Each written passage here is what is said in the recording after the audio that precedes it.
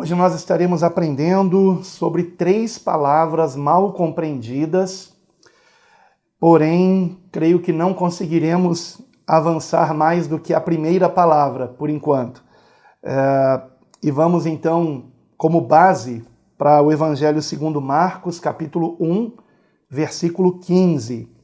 Evangelho segundo Marcos, capítulo 1, versículo 15, que assim nos diz.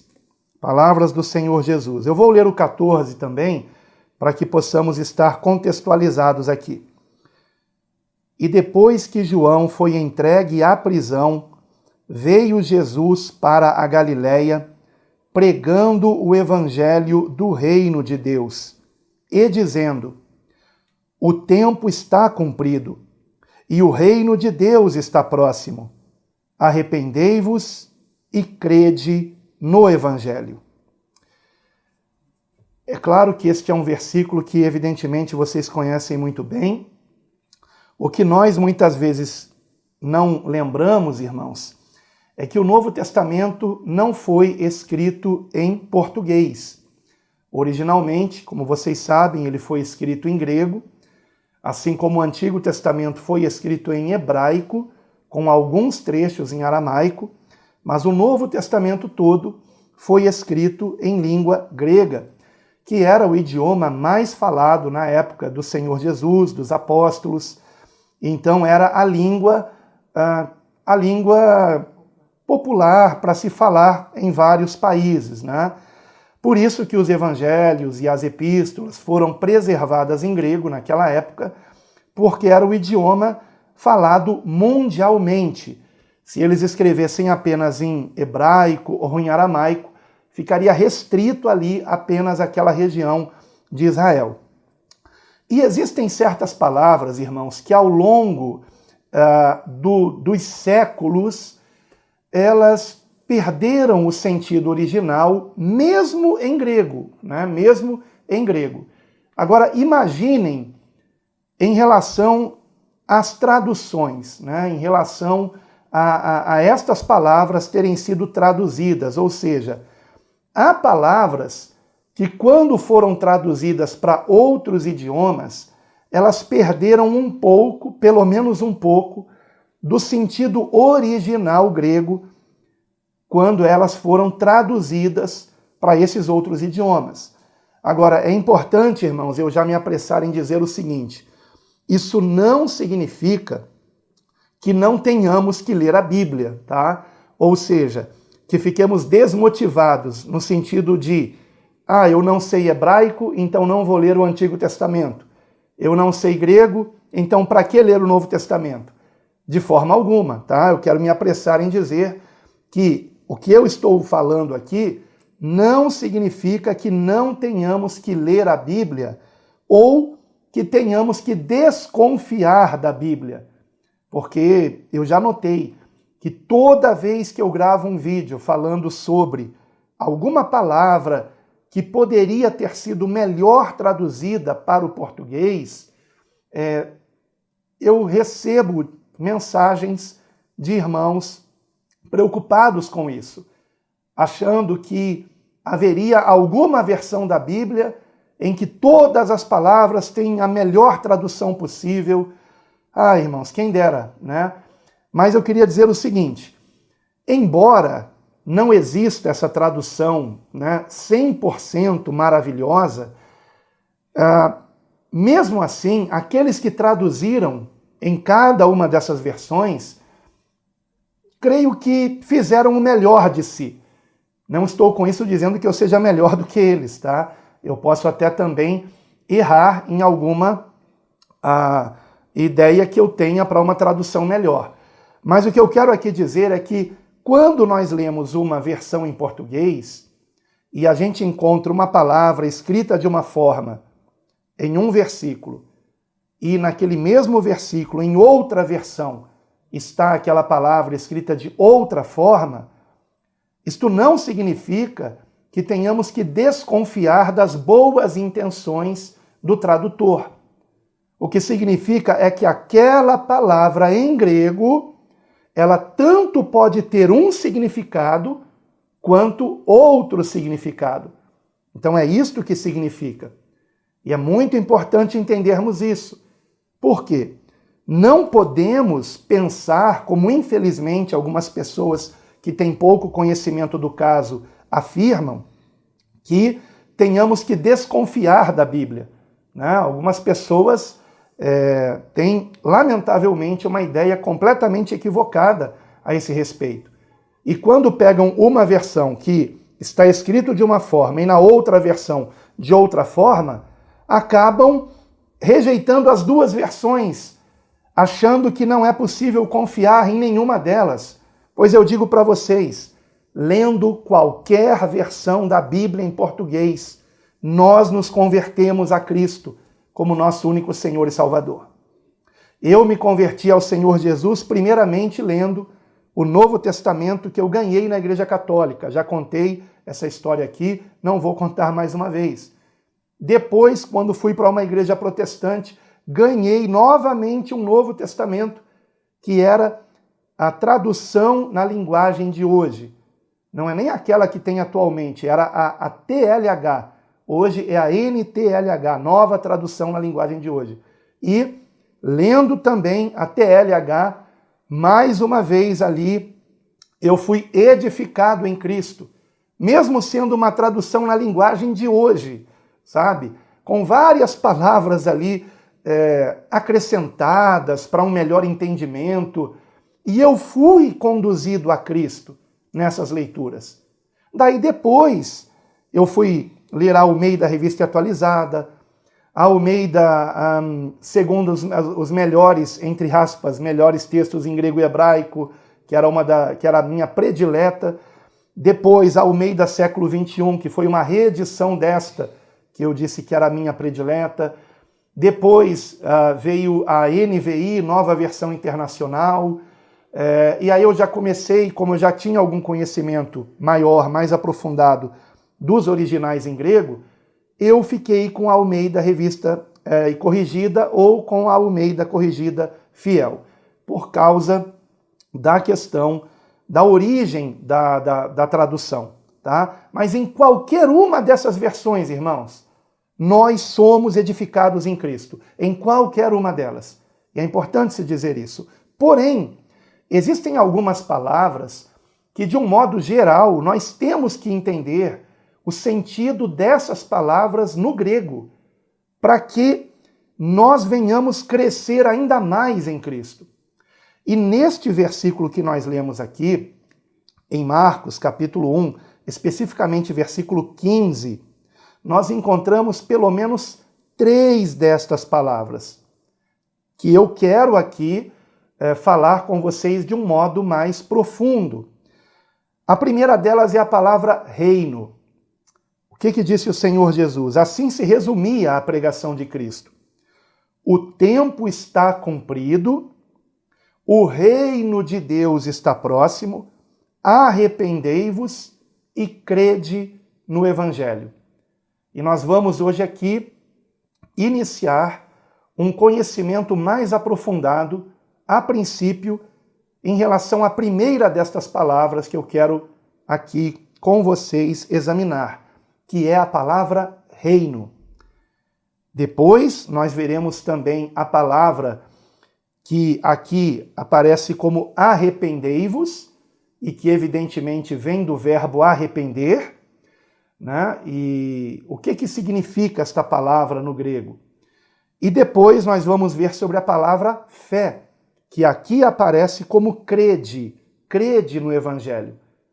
Porque crede é conjugação do verbo crer, porém, em grego, este verbo crer é a palavra que em português conhecemos como fé, que não é apenas crer, é algo mais profundo.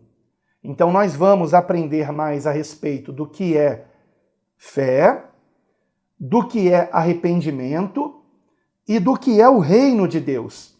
E vamos por essa ordem, tá? Vamos começar sobre o reino, ver aqui sobre o reino de Deus. Bom, essa palavra reino, evidentemente, vocês sabem que existem muitas e muitas passagens no Novo Testamento falando do reino de Deus, né? E esta palavra no grego é basileia,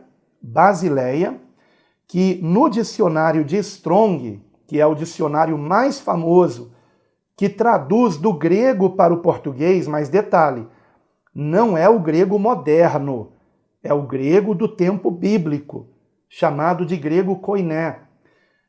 Aquele grego do tempo bíblico, as palavras que estão na Bíblia, tinham um sentido há cerca de 2000 anos atrás, que às vezes não é o mesmo sentido que tem hoje na Grécia, por exemplo.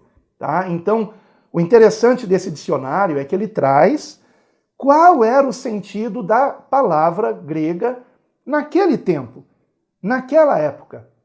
O que ela significava para aquele povo que foi o primeiro destinatário dos evangelhos, do livro de Atos, das epístolas, do Apocalipse. Qual o sentido daquela palavra? E vamos começar com a palavra reino, que no dicionário de Strong é o número 932, claro, evidentemente, da parte do dicionário relativo ao grego, porque o mesmo dicionário também traz o hebraico, tá? E qual o significado? Ela pode significar não somente reino, mas ela pode também significar reinado. E se você quiser ter o dicionário Strong, o que eu aconselho é que você compre... Passa aqui para mim, meu amor, por favor. Essa Bíblia. Essa aí. Não, a Bíblia. Isso. Essa Bíblia aqui, tá? Palavras-chave. Não estou ganhando nada para fazer propaganda, mas se alguém quiser se aprofundar nisso, eu quero me aprofundar no sentido das palavras no grego. Então tá bom. Essa Bíblia aqui, ela traz consigo quase metade dela, tá? Deixa eu mostrar onde que começa o dicionário aqui. É quase metade da Bíblia. Começa daqui, ó, tá? Tudo isso aqui, toda essa parte aqui, ó, é o dicionário, tá? Aqui tá a Bíblia e aqui tá o dicionário. Agora, por que não só o dicionário solto? Porque na própria Bíblia tem vários versículos que aparece o número que está aquela palavra correspondente, tá? Então, como eu falei para vocês, é o número 932, 932, Basileia, e aqui vem dizendo que tanto pode significar reino, como pode significar reinado, as duas coisas. E por que isso? Porque não somente no grego, agora o outro, isso, obrigado. Não somente no grego, mas também no hebraico, acontece o mesmo, tá? Eu tenho aqui em mãos o Evangelho de Marcos, numa tradução de um especialista no grego, já falecido, André Churac. Se não me engano, era francês. E aqui, em relação a esse versículo, ele diz o seguinte: o termo empregado por Jesus, que aqui aparece como Yeshua, é Malkut, que em hebraico significa ao mesmo tempo reinado e reino. Então significa as duas coisas. Quando nós lemos aqui o reino de Deus está próximo, tanto significa reino quanto reinado. Qual é a diferença? A diferença é que quando se fala de reino, geralmente nós temos a ideia de algo geográfico, de algo a nível físico. Mas quando falamos de reinado, falamos do alcance do governo daquele que reina. Então, uma pessoa, ela pode não estar no local geográfico onde há um reino, ela está fora desse local, mas ela está sob o governo do seu rei, compreendem? Então ela está fazendo parte daquele reinado. E é muito importante nós entendermos isso, tá? Então, repetindo, esse termo aqui, empregado pelo Senhor Jesus, que é Basileia em grego, em hebraico é Malkut. E lembre-se, o Senhor Jesus pregava em aramaico ou hebraico, né? Aramaico poderíamos dizer de certa forma um dialeto hebraico, e o Senhor Jesus, então, ele evidentemente tinha em mente o quê? Malkut, que é tanto reino quanto reinado. Mas Basileia também em grego também significa tanto reino quanto reinado. Tá? Isso é importantíssimo nós entendermos. Agora, será que significa mais reino, literalmente falando, geograficamente falando, ou reinado? Então, para nós entendermos Basileia como reinado, nós temos que entender no sentido de sermos governados ou guiados pelo Espírito de Deus, porque o Senhor Jesus está falando do reino de Deus. O reino de Deus está próximo. Irmãos, pensem comigo. O reino de Deus está próximo. Já se passaram 2000 anos. Se o reino de Deus for apenas algo literal, então como assim está próximo? 2000 anos já se passaram. O Senhor estava, então, ali sendo irônico com os ouvintes? Não, irmãos. É porque essa palavra Basileia não significa apenas reino no sentido literal, físico. Não estou com isso dizendo que não signifique também reino no sentido físico, literal. Mas, primeiramente, significa no sentido de sermos governados por Deus, de estarmos sob o reinado de Deus. Então, como reino no sentido de fazer, e como reino, como é que nós entendemos isso? Primeiramente, no sentido de fazermos parte daquela nação santa, daquele povo adquirido, mencionado por Pedro na sua primeira epístola, no capítulo 2, versículo 9, que herdará os novos céus e a nova terra, mencionado também por Pedro, só que na segunda epístola, capítulo 3, versículo 13. Então, esse primariamente tem que ser o modo como entendemos reino, tá? No sentido de nação santa, de povo adquirido, e no sentido individual de cada um de nós sermos governados pelo Espírito Santo. Voltando aqui para a Bíblia, palavras-chave, irmãos, a explicação que é dada sobre reino é enorme, tá? Quando eu editar esse vídeo, eu vou colocar uma foto aqui da página para vocês verem. É enorme, tá? Começa aqui, tá? Começa aqui, olha como é pequenininha a letra, tá? Começa aqui e vai tudo isso aqui até a outra página aqui em cima, tá? Então é enorme a explicação, tá? É quase uma página inteira e mais um tanto da outra página, tudo isso aqui da outra página. E em determinado momento é dito o seguinte: essa expressão, né, que é Basileia, normalmente engloba tanto o reino interior quanto o exterior, e se refere tanto ao seu começo neste mundo, aqui agora, em nossas vidas, quanto à sua consumação no mundo por vir. O problema é que muita gente só pensa em reino de Deus no futuro.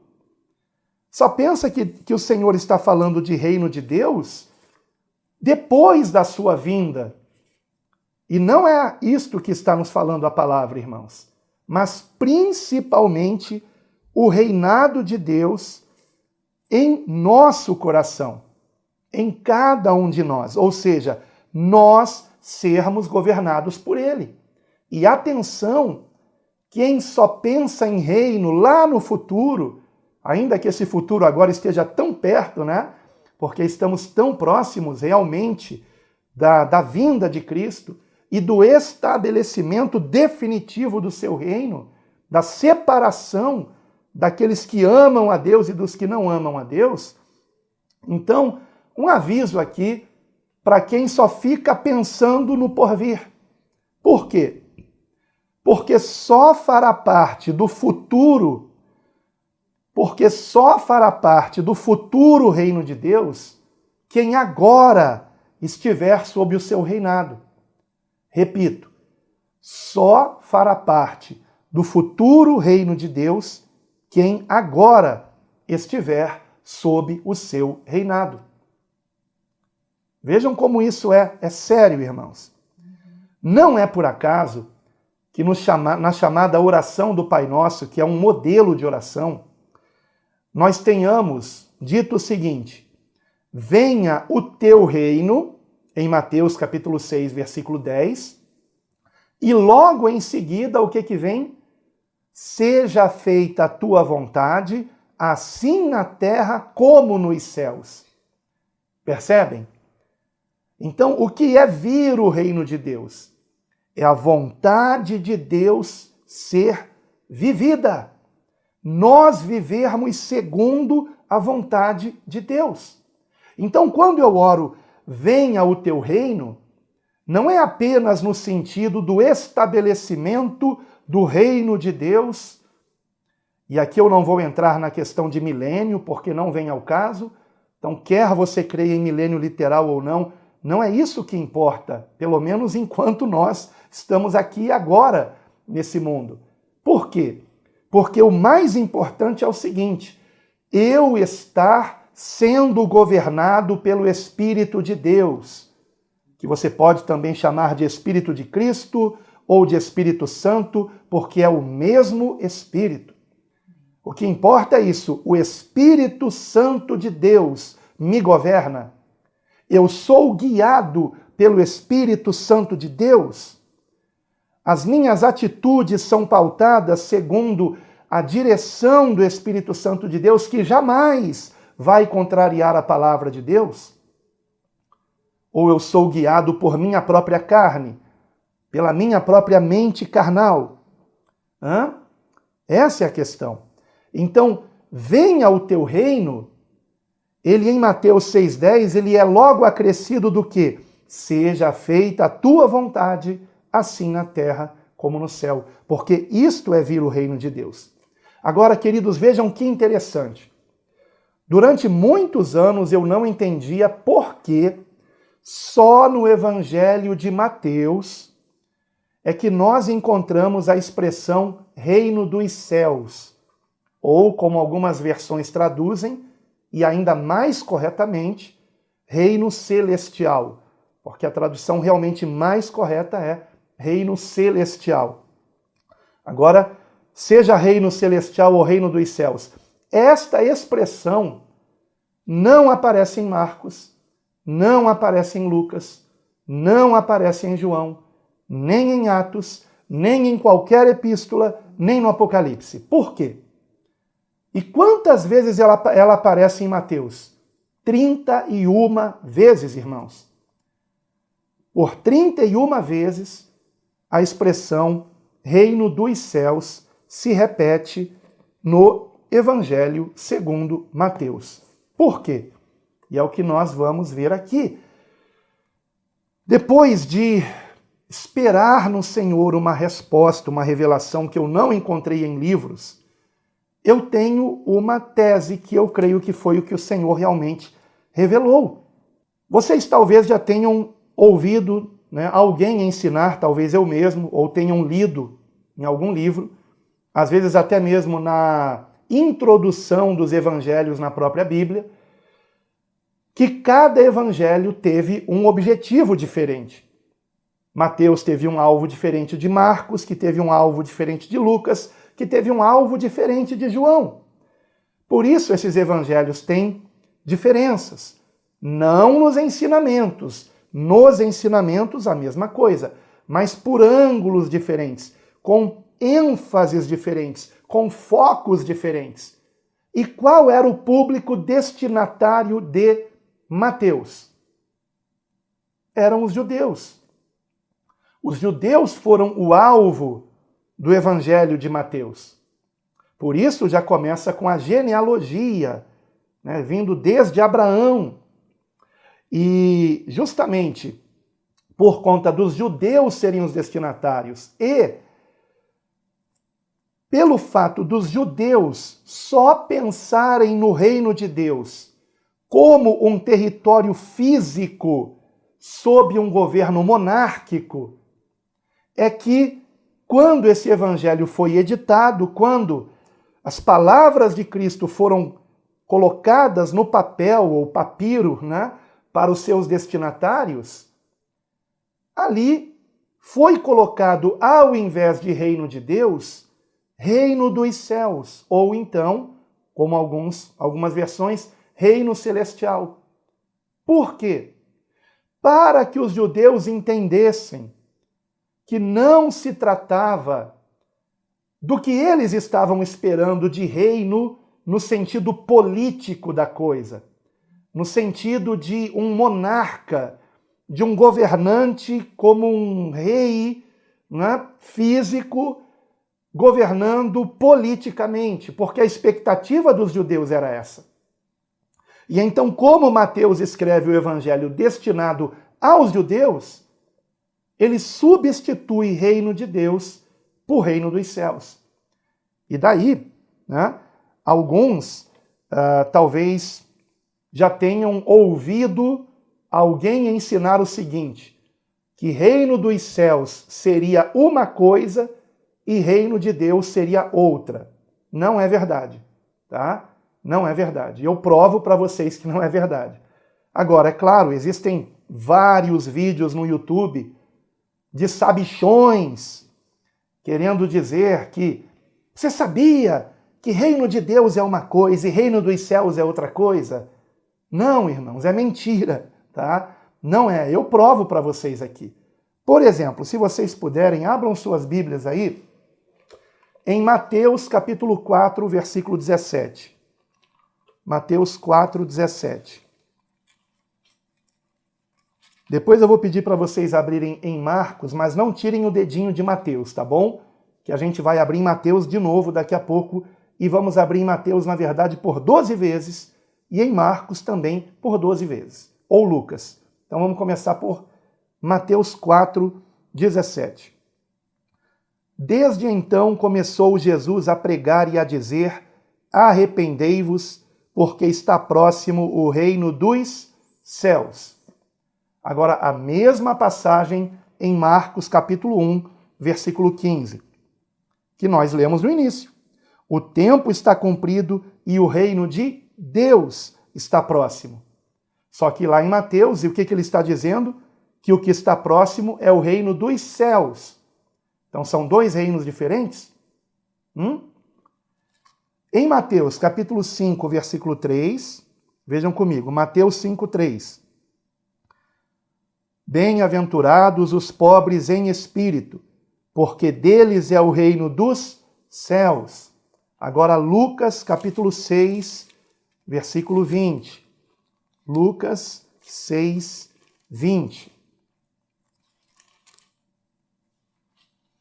Bem-aventurados vós os pobres, porque vosso é o reino de Deus. Vocês notem, a mesma bem-aventurança. Em uma é reino dos céus, em outra é reino de Deus. Por quê? Porque é a mesma coisa. Quem não estiver convencido disso, Mateus capítulo 8, versículo 11. Mateus 8, 11. Mas eu vos digo que muitos virão do Oriente e do Ocidente e assentar-se-ão com Abraão, e Isaque e Jacó no reino dos céus. Agora a mesma passagem em Lucas 13, 29. Lucas 13, 29, que diz assim: e virão do Oriente e do Ocidente e do Norte e do Sul e assentar-se-ão à mesa no reino de Deus. Agora vamos para... onde é que eu estou aqui? Lucas 13, né? Vamos para Mateus 10, 7. Mateus 10, versículo 7. E indo pregai dizendo: é chegado o reino dos céus. Isso foi Mateus 10, 7. Agora Lucas 10, 9. Lucas 10, 9. Lucas, quem não tiver conseguindo acompanhar, pode só ouvir, nem anotar, precisa que eu vou depois pôr na edição essas referências, tá? Lucas 10:9. E curai os enfermos que nela houver, e dizei-lhes, é chegado a vós o reino de Deus. Né? Então, Mateus 11:11 agora. Mateus 11:11. Em verdade vos digo que entre os que de mulher têm nascido, não apareceu alguém maior do que João o Batista, mas aquele que é o menor no reino dos céus é maior do que ele. E agora, Lucas 7:28. Lucas 7:28. E eu vos digo que entre os nascidos de mulheres não há maior profeta do que João o Batista, mas o menor no reino de Deus é maior do que ele. Então vejam, é exatamente a mesma coisa escrita em Lucas 7:28 e em Mateus 11:11. Exatamente a mesma coisa. Então é aquele que é menor no reino dos céus ou é aquele que é menor no reino de Deus? Né? É a mesma coisa. Mateus, ainda eu podia ter lido, né? Cadê? Não, aqui eu acho que eu anotei errado a referência. Mateus 11:12. Ah, tá. Porque em Mateus 11:12 diz: e desde os dias de João o Batista até agora, se faz violência ao reino dos céus, e pela força se apoderam dele. E em Lucas 16:16, vejam como em Lucas, nessa passagem, está em outro lugar, porque era outro foco. E a lei e os profetas duraram até João. Desde então é anunciado o reino de Deus, e todo homem emprega força para entrar nele. É força para entrar no reino de Deus ou no reino dos céus, como disse em Mateus capítulo 11, versículo 12. Tanto faz, é a mesma coisa, tá? Mateus 13:11. Mateus 13:11. E ele respondendo disse-lhes, porque a vós é dado conhecer os mistérios do reino dos céus, mas a eles não lhes é dado. Agora Marcos 4:11. Marcos 4:11. A vós vos é dado saber o mistério do reino de Deus, mas aos que estão de fora todas estas coisas se dizem por parábolas. E Lucas 8:10, que é a mesma coisa, tá? Que fala reino de Deus, porque reino dos céus é apenas em Mateus, e porque Mateus tinha decidido escrever apenas para os judeus. Decidido não, o Espírito Santo o orientou assim. Então, a vós vos é dado conhecer os mistérios do reino de Deus. E lá em Mateus, voltando para Mateus, Mateus 13:11, a vós é dado conhecer os mistérios do reino dos céus. Percebem, irmãos, como é a mesma coisa? Tá? Se houvesse dois reinos, reino de Deus e reino dos céus, então por que só Mateus falou de reino dos céus? Marcos não falou de reino dos céus, Lucas não falou de reino dos céus, João não falou de reino dos céus, só Mateus falou de reino dos céus. Os outros falaram de reino de Deus e Mateus quase não falou de reino de Deus. Porque sabe em quantas passagens apenas, em quantos versículos em Mateus aparece reino de Deus escrito? Apenas 4. Então, em 35 passagens de Mateus, aparece escrito reino de ou é céus ou é Deus. Quando é céus, 31 vezes, tá? E quando é Deus, nós encontramos apenas em 4 vezes. Eu já vou mostrar essas 4 passagens para vocês. Bem, nós estávamos em Mateus 13:11, né? Em Mateus 13:31, diz assim: outra parábola lhes propôs, dizendo: o reino dos céus é semelhante ao grão de mostarda. E aí nós temos em Marcos 4,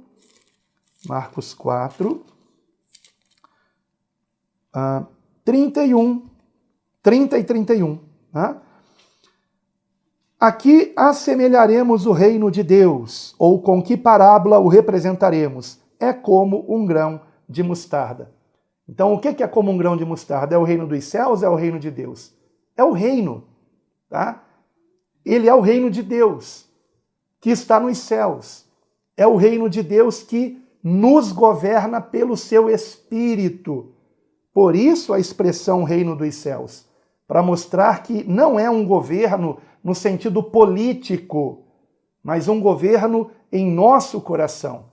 Somos governados pelo Espírito de Deus e recebemos a palavra em nós como um grão de mostarda, que vai crescendo em nós, que vai frutificando em nós. E claro, isso também significa no sentido de muitas vidas se converterem, né? Onde estávamos? Mateus 13, 31, que eu tinha lido? Foi. Depois Marcos 4, 30, 31. Podíamos ler Lucas 13, versículo 18 e 19, mas é a mesma coisa, tá? Para ganhar tempo. Vamos para Mateus 13, 33, que diz assim: o reino dos céus é semelhante ao fermento que uma mulher toma e introduz em 3 medidas de farinha, até que tudo seja levedado. Mateus 13, 33. E nós encontramos em Lucas 13, versículo 20 e 21. Lucas 13, 20 e 21, a mesma coisa. Aqui compararei o reino de Deus. É semelhante ao fermento que uma mulher tomando ou escondeu em 3 medidas de farinha, até que tudo levedou. A mesma parábola. Em Mateus é reino dos céus, em Lucas é reino de Deus. É cansativo, né, ficar repetindo isso. Ainda tem mais 3 referências, vocês podem anotar se quiserem, conferir depois. Mateus 18, 3, que é em Mateus reino dos céus, mas em Marcos 10, 15 e em Lucas 18, 17 é reino de Deus.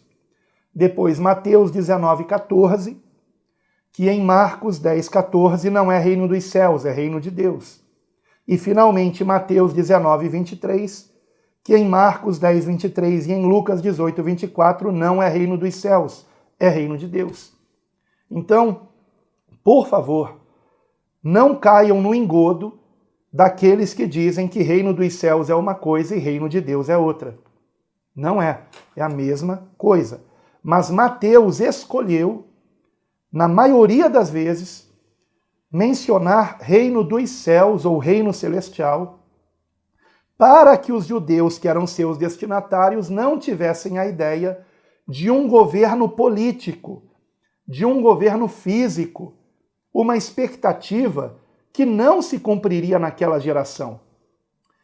E nós encontramos, inclusive em Mateus, algo muito interessante. Abram comigo, por favor, Mateus capítulo 19, versículo 23. E depois o 24. Vejam que interessante isso, irmãos. Mateus 19, 23 e 24. É precisamente aqui que Mateus nos dá a chave para nós entendermos que ele está falando da mesma coisa. Reino de Deus é reino dos céus. Então, vamos aqui para Mateus 19, versículo 23 e 24. Disse então Jesus aos seus discípulos: em verdade vos digo que é difícil entrar um rico no reino dos céus. E outra vez vos digo que é mais fácil passar um camelo pelo fundo de uma agulha do que entrar um rico no reino de Deus. Vejam que interessante. Primeiro ele falou reino dos céus, no versículo 23, e no 24 ele repete a mesma ideia, trazendo aquela comparação com um camelo tentando entrar pelo buraco de uma agulha, mas falando o reino de Deus e não o reino dos céus. Aqui é onde Mateus, para o leitor judeu, aqui é onde Mateus vai trazer a chave para o leitor judeu, que até então só ficou ouvindo falar de reino dos céus, reino dos céus, reino dos céus, a não ser em uma passagem reveladora em Mateus 12, 28. Veja comigo. Mateus 12, 28. E aqui nós entendemos por que Mateus ficou repetindo o tempo todo reino dos céus, para judeus que esperavam o reino de Deus. Quando eles ouviam o reino de Deus, eles pensavam em algo político, eles pensavam num governo monárquico, eles não imaginavam algo espiritual. Não estou com isso dizendo que não haverá no futuro essa separação dos que amam a Deus e dos que não amam. E nós que amamos a Deus, sim, estaremos no reino de Deus livres destas opressões que nos afligem neste presente mundo. Então, esta presente era vai acabar na vinda de Cristo e uma era vindoura, chamada também de reino de Deus, acontecerá. Mas o reino de Deus já começa agora espiritualmente em nossas vidas, irmãos. Ele já começa agora em nossas vidas. Então vejam comigo Mateus 12, 28. O que Jesus declara aos fariseus, àqueles judeus que o estavam repreendendo. Mateus 12, 28. Mas se eu expulso os demônios pelo Espírito de Deus, logo é chegado a vós o reino de Deus. E aqui é a primeira vez que Mateus, vejam, nós já estamos no capítulo 12. Ele já falou o reino dos céus várias vezes, desde o início do Evangelho. E só no capítulo 12 ele vai falar reino de Deus. E quando finalmente Mateus fala de reino de Deus e não de reino dos céus, o que ele diz? O reino de Deus chegou! Compreendem? O reino de Deus chegou! Essa é a boa nova, irmãos. Essa é a boa nova. Quando o Senhor Jesus disse, lá em Marcos capítulo 1, versículo 15, que nós também encontramos no início de Mateus, que o reino de Deus estava próximo. Próximo por quê? Porque ele, Cristo, havia chegado. E ele estava iniciando o seu reino. E quais foram as primeiras obras de Cristo? Expulsar demônios. Né? Expulsar demônios, mostrando quem é que manda aqui. Quem manda aqui é o Senhor Jesus Cristo. Ele é o Rei dos Reis, o Senhor dos Senhores. A Ele toda a glória. Então, o reino chegou quando o Rei chegou. E o Rei é Cristo. O Rei é o Senhor. Que maravilha, irmãos. Então eu fico imaginando o leitor judeu, reino dos céus, reino dos céus. E aí ele finalmente vê escrito o reino de Deus. Lá no versículo 28 do capítulo 12. Ele teve que ler 12 capítulos para finalmente encontrar o que ele tanto queria. Eu quero saber do reino de Deus, eu quero saber do reino de Deus. E aí o que ele vê aqui? Que o reino de Deus já chegou. Mas peraí, como assim? E aí, como eu já disse para vocês, a chave para o judeu entender está um pouquinho depois no capítulo 19, versículo 23, onde nós vemos o mesmo Senhor Jesus falando reino dos céus no versículo 23 e reino de Deus no 24. Aí o judeu vai entender, agora eu estou entendendo. Então, o reino dos céus, sobre o qual eu vinha lendo até agora, é o reino de Deus. Sim, exatamente, é isso.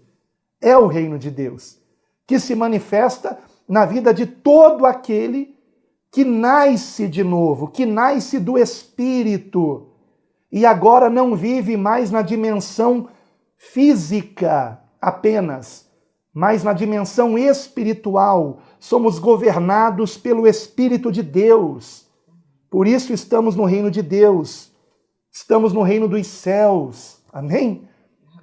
O corpo físico está na terra, mas o nosso endereço espiritual é o céu.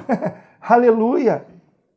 Então, só depois dessa chave em Mateus capítulo 19, versículo 23 e 24, é que por mais duas vezes Mateus repete reino de Deus. Só mais duas. Até o final do Evangelho. Só mais duas. Que é em Mateus 21, 31, onde está escrito assim: qual dos dois fez a vontade do Pai? disseram o segundo. E aí, nós temos uma coisa interessante, né? Porque numa versão diz uma coisa, na outra versão diz outra. Eu ainda vou explicar sobre isso em outra oportunidade, tá?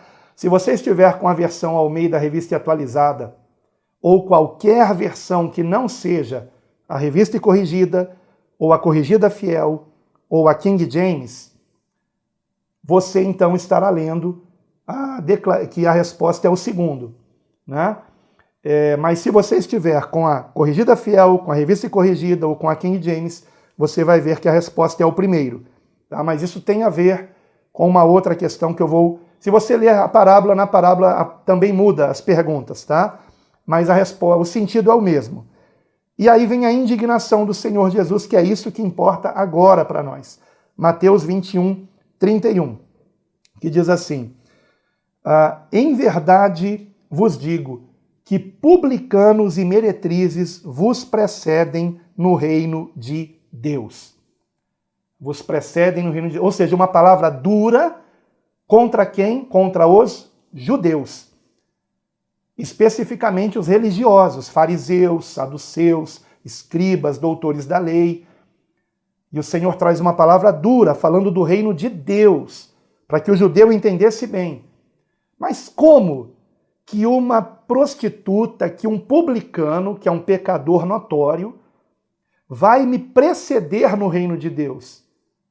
Um entra antes do outro? Aí é que está a questão, entenderam? Se fosse uma coisa política, todos entrariam ao mesmo tempo. Mas não. Um entra antes, outro pode ou não entrar depois, né? E aí vamos para outra passagem importante aqui.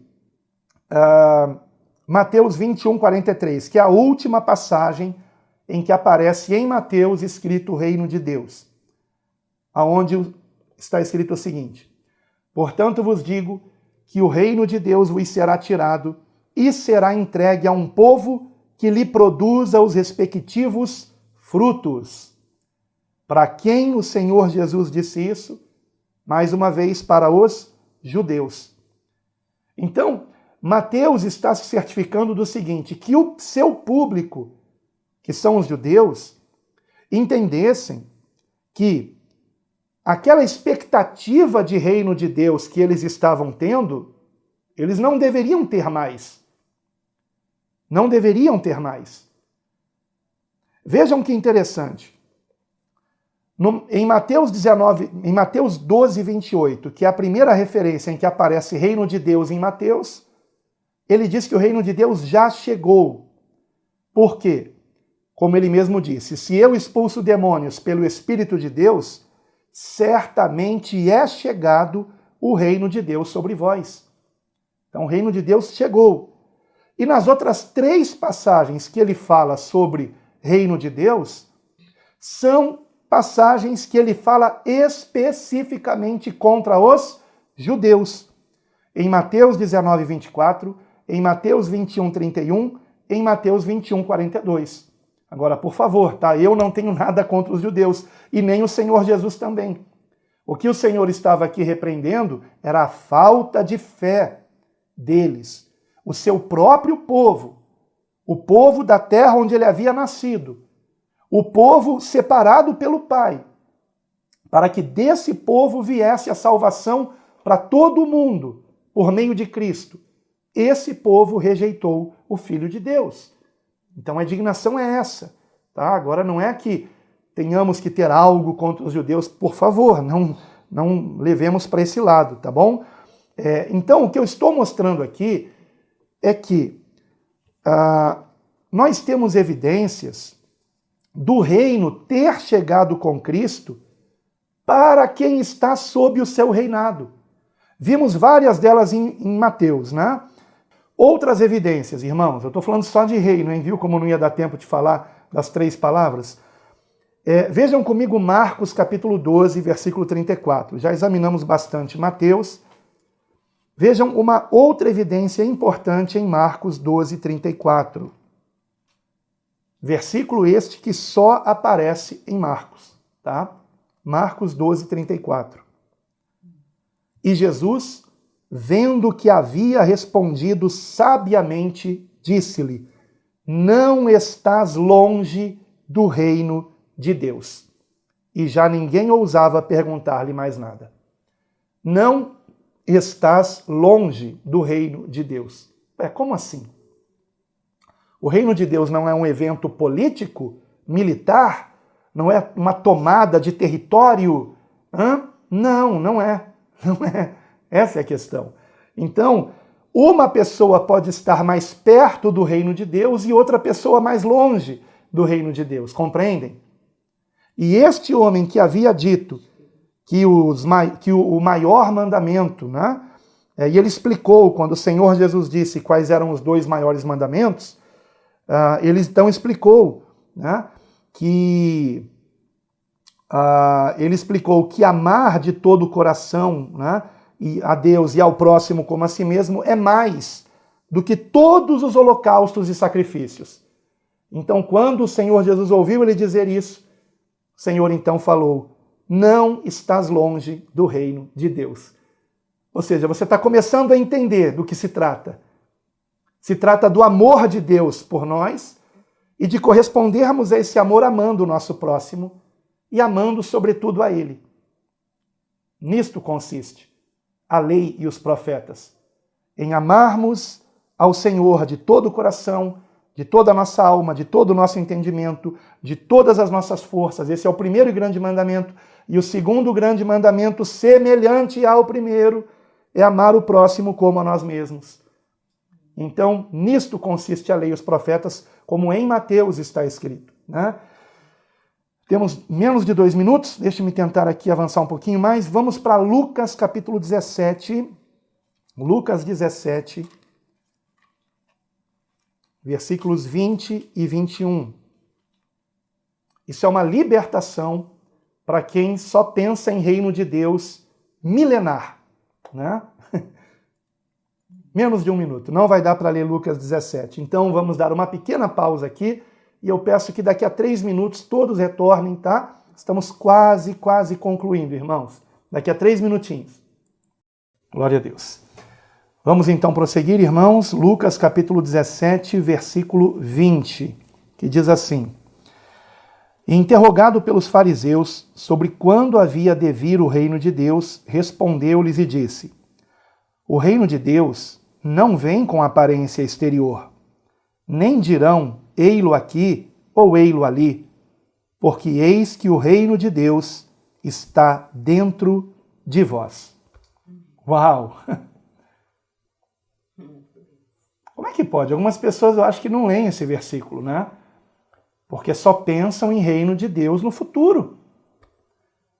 E talvez por isso não deem bom testemunho, porque não querem ser governados por Deus agora. A irmã está entrando. Então, o Senhor está dizendo claramente aqui: o reino de Deus está dentro de vós. É interessante eu fazer a leitura, pega esse livro para mim, por favor, do comentário desse tradutor aqui, Frederico Lourenço. Ele é um português, erudito em grego, que traduziu diretamente do grego para o português, né? E ele, evidentemente, faz comentários na tradução dele. E em relação a esse versículo, Lucas capítulo 17, versículo 21, eu vou ler para vocês aqui o que ele escreveu, e quando eu editar o vídeo eu vou colocar também a foto deste comentário. Pois o reino de Deus está dentro de vós. E então ele comenta: o advérbio entos, em grego, entos, dentro de, só ocorre 2 vezes no Novo Testamento. Além da presente passagem, encontramo-lo em Mateus, capítulo 23, versículo 26, que diz assim: limpa antes por dentro do copo, para que o exterior também fique limpo, claramente com o sentido no interior de. Então veja, o Senhor está dizendo que o seu reino se trata de algo que começa aqui dentro, irmãos.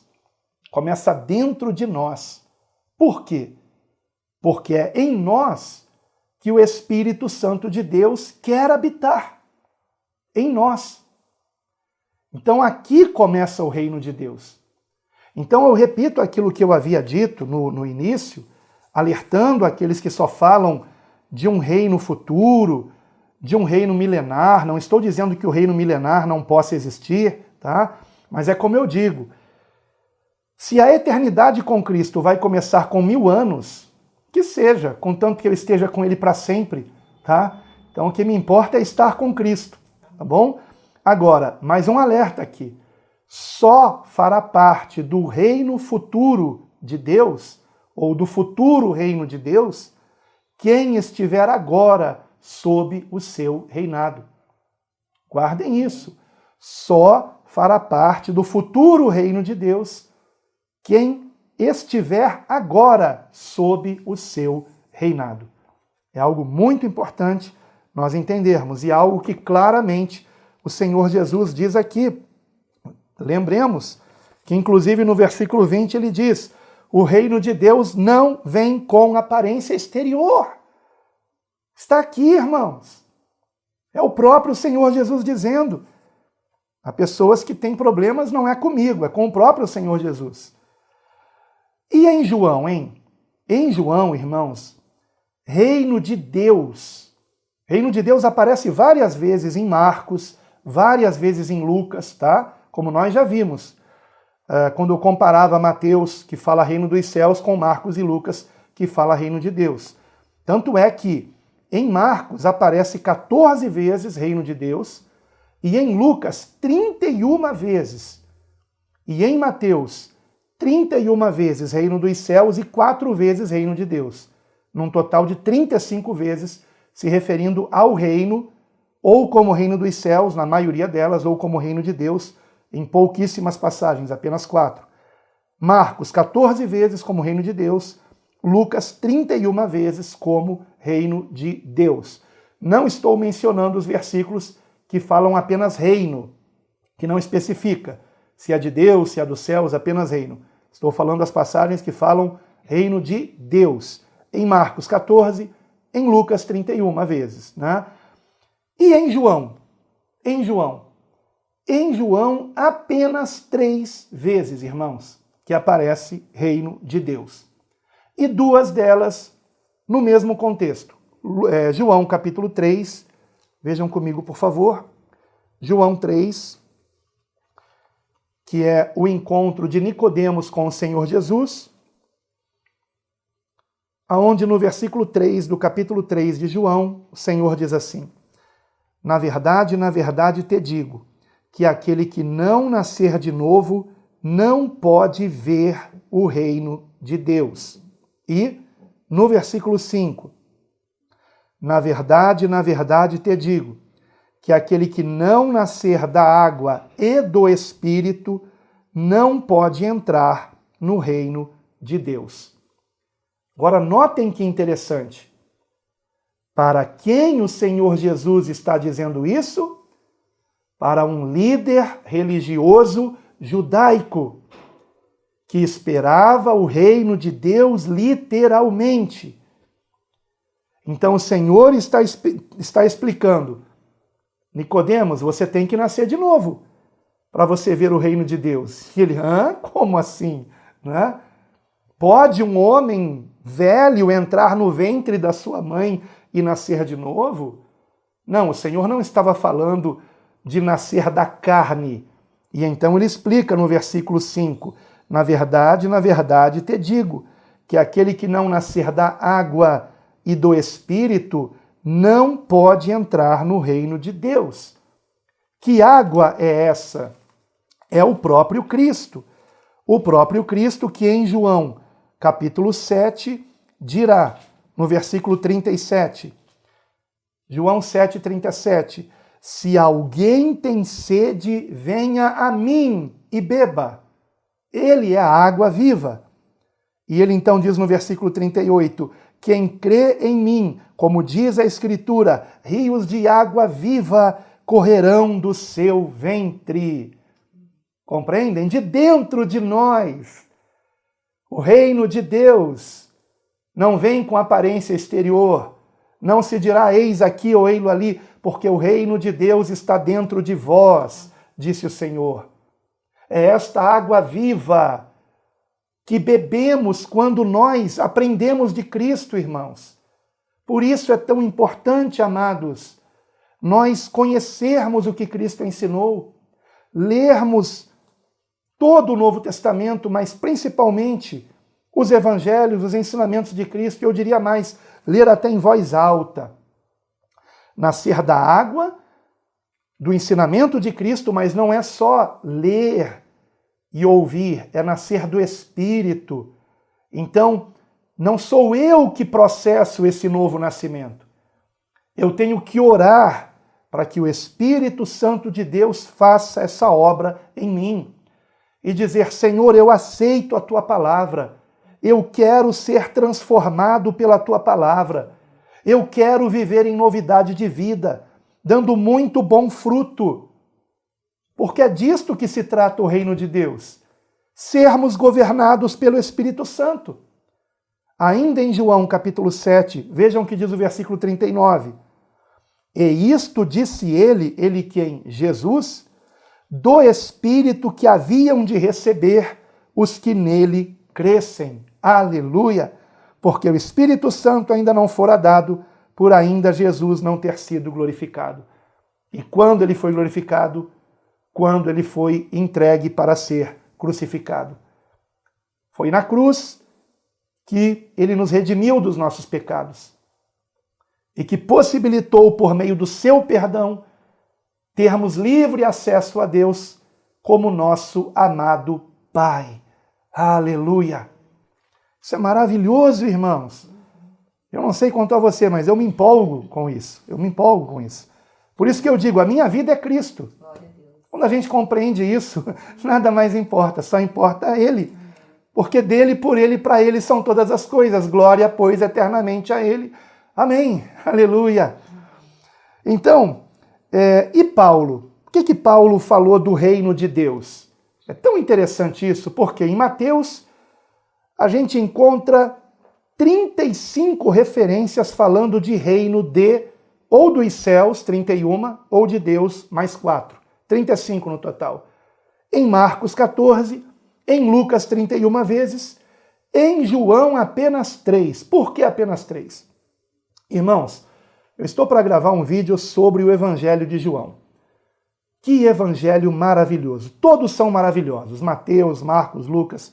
Mas João, quando nós entendemos a sua profundidade, irmãos, e esse evangelho, ele foi escrito por último.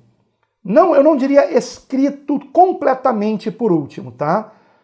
Nós temos evidências de que quem realmente deu os ensinamentos de João foi uma testemunha ocular, que nós sabemos que foi o apóstolo João. Isso, inclusive, é atestado por pessoas que foram discipuladas por apóstolos e discipuladas por discípulos de apóstolos, né? Então, nós sabemos disso. E de fato, irmãos, só que por que João esperou tanto tempo para publicar o seu evangelho?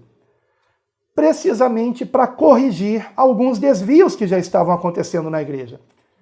E nós identificamos isso aqui no Evangelho de João. Essa correção que João está dando para alguns desvios que estavam acontecendo entre os discípulos de Cristo, entre os irmãos em Cristo. Por isso que João, por exemplo, ele enfoca tanto a unidade que tem que haver na igreja, revelando qual foi a oração do Senhor na última ceia. Isso está em João capítulo 17, chamada oração sacerdotal. Mencionamos ela, né, na semana passada. Que maravilha! Por quê? Porque os irmãos já estavam começando a ficar desunidos com questões irrelevantes. E então João ele ressalta que o que mais importa é o amor de Deus em nosso coração. E entre outras coisas mais, eu vou depois, gravar um vídeo sobre isso, sobre o Evangelho de João, como esse Evangelho é maravilhoso. Então ele só fala 3 vezes do reino de Deus. E que interessante, 2 delas falando exatamente para um judeu, Nicodemos, judeu religioso famoso, né? E depois falando para Pilatos. Em João 18, João capítulo 18, versículo 36. Enquanto você procura, eu queria aqui me corrigir, porque minha esposa me alertou que no link passado eu falei sem querer, uma vez só errado, Mateus 21, 42, é Mateus 21, 43, tá? Que é a última vez que em Mateus aparece reino de Deus. Se alguém está anotando aí, né, Mateus 21, 42, né, amor? Que eu falei. 42. E é 43, isso. Bom, então vamos para João, capítulo 18, versículo 36. Respondeu Jesus a Pilatos, né? O meu reino não é deste mundo. E completa. Se o meu reino fosse deste mundo, pelejariam os meus servos para que eu não fosse entregue aos judeus, mas agora o meu reino não é daqui. Né? Então, mostrando que não é um reino político. Não é um reino político. Não quero aqui com isso dizer, pastor, está errado eu crer em milênio literal. Eu não vou dizer que está errado. Mas o que eu vou dizer é o seguinte, você não entra no reino milenar se você não estiver sob o reinado de Cristo agora na sua vida. Se você não se arrepender dos seus pecados, se você não crer em Cristo de todo o coração, você não será governado pelo Espírito Santo. Se você despreza a água viva, que é a pessoa de Cristo e o que ele ensinou, e não podemos separar a pessoa de Cristo do que ele ensinou, por isso que um dos 10 princípios do nosso ministério é não separar a pessoa de Cristo dos seus ensinamentos. Porque algumas pessoas dizem, eu creio em Jesus, mas despreza o que Jesus ensinou. Então não crê coisa nenhuma, é o que a gente vai ver na próxima semana, sobre arrependimento, tá? E sobre fé, né? Principalmente sobre fé. Então vamos prosseguindo aqui. O meu reino não é deste mundo. Agora, se você quer entrar no reino, tem que entrar no reino agora. Agora. Se não entrar agora, depois será tarde demais. Não é pela fé no reino milenar que eu faço parte do reino de Deus. É pela fé no Jesus que deu sua vida por nós na cruz do Calvário, que nos ensinou o caminho que devemos andar, o que temos que praticar da sua palavra. Começando com o arrependimento de pecados, passando pelo perdão, tanto eu perdoar, quanto pedir perdão. Agora me adianto em dizer, perdoar não é sinônimo de ser capacho, de ser otário. Perdoar é não desejar o mal a ninguém. Perdoar é você não fazer o mal a quem fez o mal a você. Isto é perdoar. E muitas vezes nós amamos quando advertimos, quando alertamos e do modo correto. Então, prosseguindo aqui. E Paulo? Puxa vida, Paulo deve ter falado muito do reino de Deus. Irmãos, em todas as epístolas de Paulo, o reino de Deus só aparece em sete passagens. Em 7 passagens apenas. Vou mencionar aqui principalmente Romanos capítulo 14, 17. E aí nós vamos compreender o entendimento que Paulo tinha do reino de Deus. Romanos 14, 17. Revelador esse versículo. Porque o reino de Deus não é comida nem bebida, mas justiça e paz e alegria no Espírito Santo. Sempre que eu leio esse versículo, eu lembro de uma mensagem que o Espírito Santo me deu quando eu preguei em Duque de Caxias, numa ocasião que a pregação foi gravada apenas em áudio, e como Deus falou nesse versículo. Meu Deus, essa mensagem está no canal A Deus Toda a Glória. E lembra de colocar no finalzinho, no card aparecendo, tá? Para quem quiser ver. Porque o que é a igreja, irmãos? A igreja do Senhor é um pedaço do reino de Deus na terra. Compreendem? Ora, se o Espírito de Deus habita em nós, e nós nos reunimos com irmãos em que o Espírito de Deus também habita, o reino de Deus está sendo manifesto na igreja. Agora, o que é o reino de Deus? Paulo está explicando, ó, o reino de Deus não é comer e beber. O reino de Deus é justiça, ou seja, a prática da retidão, daquilo que é justo, daquilo que é correto, do amor, né? Então o reino de Deus é justiça e paz, não é eu estar em briga com o meu irmão, é paz e alegria no Espírito Santo. E alegria no Espírito Santo. Então essas três características, eu já falei isso com os pastores, essas três características têm que existir na igreja: justiça, paz e alegria. Se a igreja do Senhor, onde quer que ela se reúna, numa casa, numa sala, num galpão, onde quer que seja, se quando a igreja está reunida não há justiça e paz e alegria, tem alguma coisa errada. E cabe ao pastor orar e buscar no Senhor. Por que os irmãos não estão mais contentes quando vêm congregar? Por quê? E não é a gente alegrar eles com coisas mundanas, né? Com oba-oba, mas a alegria do Espírito Santo, a alegria da salvação. Né? Então, tem alguma coisa errada. O reino de Deus é justiça e paz e alegria no Espírito Santo. Tá? 1 Coríntios 4, 20. Então vejam que Paulo não está falando de reino de Deus lá no futuro. Ele está falando de reino de Deus aqui e agora, manifesto na igreja. 1 Coríntios 4, 20, que diz assim: porque o reino de Deus não consiste em palavras, mas em poder.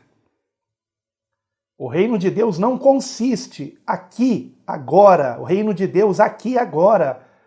Porque se não fosse aqui, agora, ele diria: o reino de Deus não consistirá. Mas o reino de Deus não consiste em palavras. E daí, amados, o que isso nos lembra? Um versículo já lido em Mateus 12, 28. Eu vou ler novamente, que foi a primeira vez que Mateus se referiu ao reino de Deus, especificamente como reino de Deus, e não como reino dos céus. Mateus 12, 28. Mas se eu expulso os demônios pelo Espírito de Deus, logo é chegado a vós o reino de Deus. Compreendem? É o que Paulo também está dizendo em 1 Coríntios 4, versículo 20. Porque o reino de Deus não consiste em palavras, mas em poder. Poder. Há poder em você para expulsar demônios em nome de Jesus? Nós temos que ter esse poder em nós. Porque fazemos parte do reino de Deus e quem manda é o Senhor. E em nome de Jesus os demônios têm que se nos submeter, não por nossa causa, mas por causa daquele que habita em nós, para a glória de Deus. 1 Coríntios 15, 50. 1 Coríntios 15, 50. E agora digo isto, irmãos, que a carne e o sangue não podem herdar o reino de Deus, nem a corrupção herdar a incorrupção. Então, agora digo isto, percebem? Reino de Deus aqui, agora. Não é algo carnal. Não começa pela carne, começa pelo Espírito, e depois da morte do corpo físico, prossegue no reino celestial. E depois, quando acabar o tempo devido, né, para que todo aquele que ouviu o Evangelho se arrependa ou não, então o Senhor virá e então haverá de fato novos céus e nova terra, onde habitaremos para sempre com o Senhor. Então vejamos. Nós temos mais algumas passagens que falam de reino de Deus, mas notem que interessante. Em Paulo, em que ele se refere ao reino de Deus como algo que diz respeito à nossa conduta, à nossa prática. 1 Coríntios 6, versículo 9 e 10. Irmãos, eu estou achando que vai ficar difícil ter perguntas hoje, hein? Me desculpem, eu não pensei que fosse ficar tão longo. 1 Coríntios 6, versículos 9 e 10, que diz assim: Não sabeis que os injustos não hão de herdar o reino de Deus? Não erreis, nem os fornicadores, nem os idólatras, nem os adúlteros, nem os efeminados, nem os sodomitas, nem os ladrões, nem os avarentos, nem os bêbados, nem os maldizentes, nem os roubadores herdarão o reino de Deus. Então, aqui ele está relacionando fazermos ou não parte do reino de Deus com a nossa conduta. Não é que eu entro no reino de Deus por eu fazer tudo certinho, não é isso. É que se o Espírito Santo de Deus habitar em mim, eu darei fruto. A minha vida será transformada. Esse é o ponto. Há pessoas que querem se esforçar no sentido de fazer boas obras para entrar no reino de Deus. Estão errados. Nós fazemos boas obras como resultado de estarmos no reino de Deus, do Espírito Santo de Deus habitar em nós. Tanto é que ele vai dizer, no versículo 11, né, que alguns antes, né, haviam sido, o que ele mencionou aqui, fornicadores, idólatras, adúlteros, efeminados, etc. Mas o que ele vai dizer? Mas haveis sido santificados, haveis sido justificados em nome do Senhor Jesus e pelo Espírito do nosso Deus. É o Espírito de Deus em nós que faz com que nós estejamos no reino de Deus, porque somos governados pelo Espírito de Deus. Gálatas capítulo 5, versículo 21. Gálatas 5, 21. Poderíamos começar do 19, porque as obras da carne são manifestas, as quais são, como diz no 19, adultério, fornicação, impureza, lascívia, idolatria, feitiçaria, inimizades, contendas, ciúmes, iras, pelejas, dissensões, heresias, invejas, homicídios, bebedices, glutonarias e coisas semelhantes a estas, acerca das quais de antemão vos declaro, como também já antes vos disse, que os que cometem tais coisas não herdarão o reino de Deus. Então, vejam que mais uma vez ele relaciona estarmos ou não no reino de Deus com atitudes, né? E não por acaso, no mesmo capítulo, no versículo 16, Gálatas 5,16, ele diz: andai em espírito e não cumprireis a concupiscência da carne. Ou seja, quem é guiado pelo Espírito de Deus está no reino de Deus. E futuramente entrará nele quando for o reino sem a oposição que hoje nós temos, tanto da própria carne inclinada ao pecado, quanto daqueles que se opõem a nós, tanto espiritualmente os demônios e o próprio diabo, quanto aqueles que ainda não se converteram a Cristo e andam na carne. Efésios 5, versículo 5. Efésios 5, 5. Porque bem sabeis isto, que nenhum fornicador, ou impuro, ou avarento, o qual é idólatra, tem herança no reino de Deus e de Cristo. Ou no reino de Cristo e de Deus, perdão. Então, mais uma vez, ele relaciona nós entrarmos ou não no reino de Deus, chamado aqui também de Cristo. Por que reino de Cristo? Porque no reino de Cristo nós já entramos agora. E esse reino de Cristo será entregue por ele ao Pai, na sua vinda. Então o reino de Deus começa agora por meio de Cristo. E nós vamos ver isso mais adiante. Estou quase terminando, irmãos. Só para resumir, o que Paulo, eu diria, eu acho que esse versículo resume bem, Romanos 8, 14, do que se trata o reino de Deus nos escritos de Paulo. É o governo do Espírito Santo em nossas vidas, irmãos. Romanos 8, 14. Porque todos os que são guiados pelo Espírito de Deus, esses são filhos de Deus. Então o Espírito de Deus habita em nós e nós somos guiados por ele ou guiados pela nossa carne. A carne milita contra o Espírito, mas importa que eu me fortaleça no Espírito.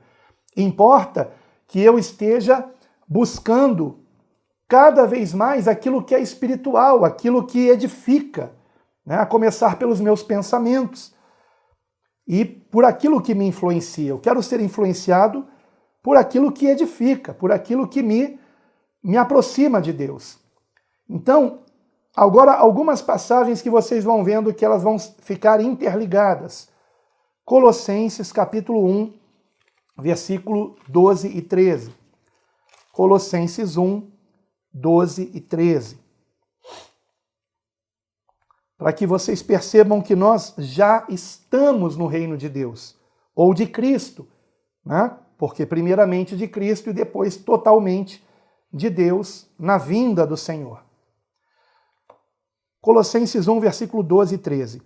Dando graças ao Pai, que nos fez idôneos para participar da herança dos santos na luz, o qual nos tirou da potestade das trevas e nos transportou para o reino do Filho do seu amor. Então, já estamos no reino de Cristo. E, então, estamos no reino de Deus. Hebreus, capítulo 12, versículo 22 e o 28. Se complementam. Hebreus 12 está dentro do mesmo contexto. Hebreus 12, versículo 22 e 28. Mas chegastes ao monte Sião e à cidade do Deus vivo, a Jerusalém celestial e aos muitos milhares de anjos. Vocês notaram o tempo verbal? Chegastes ao monte Sião, à cidade do Deus vivo. Já chegamos à Jerusalém celestial. Já fazemos parte dela. Por isso Mateus chamava de reino dos céus, para que os judeus não confundissem com o reino de Jerusalém física. Meditem nisso, irmãos. E agora Hebreus 12, 28. Por isso, tendo recebido, no passado já recebemos, tendo recebido um reino que não pode ser abalado, por quê? Porque é espiritual, retenhamos a graça pela qual sirvamos a Deus agradavelmente com reverência e piedade. Então, quem entrou neste reino, quem está na cidade do Deus vivo, quem faz parte da Jerusalém celestial, da nação santa, do povo adquirido pelo santo sangue do Cordeiro vertido na cruz do Calvário, este já está em um reino inabalável. Porque aonde a ferrugem não corrói, aonde o ladrão não rouba, compreendem o que é juntar tesouro nos céus, irmãos? É termos Cristo no coração e vivermos Cristo. Sermos humildes como Cristo é tesouro. Sermos misericordiosos como Cristo é tesouro. Perdoarmos como Cristo é tesouro. Dizermos a verdade em amor como Cristo também é tesouro. Compreendem? Sermos mansos como Cristo é tesouro. Andar como Cristo é tesouro, irmãos. Esse é o tesouro principal. Esse é o tesouro principal. Então, que no final de cada dia nós venhamos refletir. Eu estou juntando o tesouro nos céus? Eu estou sendo transformado à semelhança de Cristo? Retenhamos a graça, porque a graça de Deus nos ensina isto: santidade e justiça. E aí ele diz, Hebreus 12, 28, retenhamos a graça pela qual sirvamos a Deus agradavelmente, com reverência e piedade. 1 Tessalonicenses 2,12. Voltando um pouquinho aqui. 1 Tessalonicenses 2,12. Acompanhe o raciocínio, tá? 1 Tessalonicenses 2,12.